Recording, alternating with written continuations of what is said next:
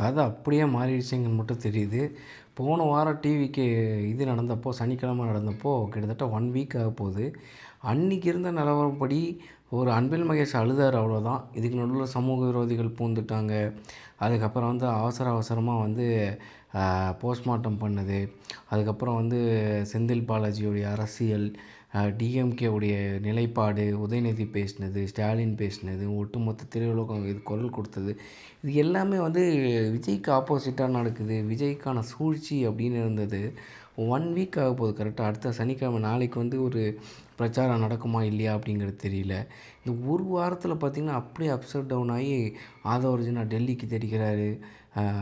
பொதுச் செயலாளர் புஷி ஆனந்த் வந்து கைது நடவடிக்கை எதுவும் அவரும் தலைமறைவு. ஸோ இதெல்லாம் பார்க்கும்போது ரொம்ப ஆச்சரியமாக இருக்குது. ஒரு வீடியோ தான் விட்டார் விஜய். அதுலேயும் பார்த்திங்கன்னா வந்து அவர் இறந்தவங்களுக்கு வருத்தம் தெரிவிக்கலை, ஒரு சினிமா பாணியில் பேசிட்டார் அப்படிங்கிற மாதிரி டோட்டலாக யார் யாரெல்லாம் ஆதரவாக பேசுனாங்களோ அவங்க கூட பேக்கப் அடிக்கிறத பார்க்குறோம்.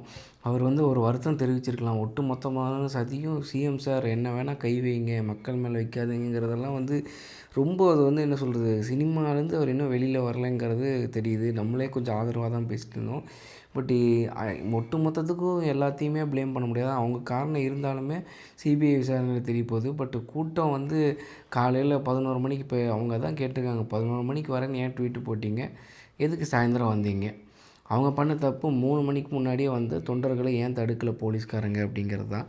பட் மற்றபடி வந்து பார்த்திங்கன்னா எதுக்கு இவ்வளோ தாமதமாக ஒரு மீட்டிங்க்கு வராரு அப்படிங்கிற அந்த கேள்வியும், கூட்ட நெரிசல் அத்தனை பேருக்கு அடி வாங்குறாங்கன்னு தெரிஞ்சுமே ஏன் விஜய் ரியாக்ட் பண்ணல, அந்த இடத்துலையே இது பண்ணலங்கிற நிறையா விஷயங்கள்லாம் வெளியே வருது. இது ஃபுல்லாதுமே டிஎம்கே தான் காரணம் அப்படிங்கிற மாதிரி முடிச்சிட்டாப்புல. வருத்தம் அது வந்து கொஞ்சம் மக்களால் ஏற்றுக்க முடியல, என்ன ஏதுன்னு தெரில.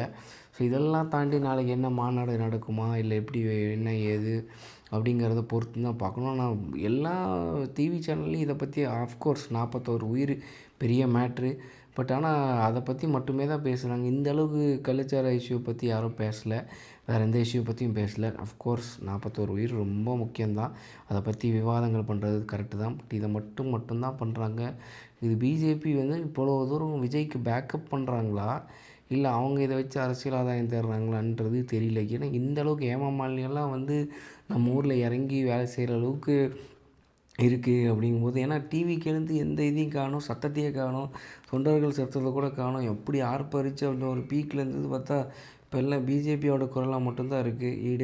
எடப்பாடி குரலாக தான் இருக்குது. ரொம்ப ஆச்சரியமாக இருக்குது. நாளைக்கு என்ன நடக்கும் அப்படிங்கிறத சனிக்கிழமை பொறுத்து வந்து பார்க்கணும். இப்போ இந்த மாற்றத்துடைய கருத்து பற்றி உங்கள் கருத்து என்னங்கிறதையும் கமெண்ட்ஸில் ஷேர் பண்ணுங்கள்.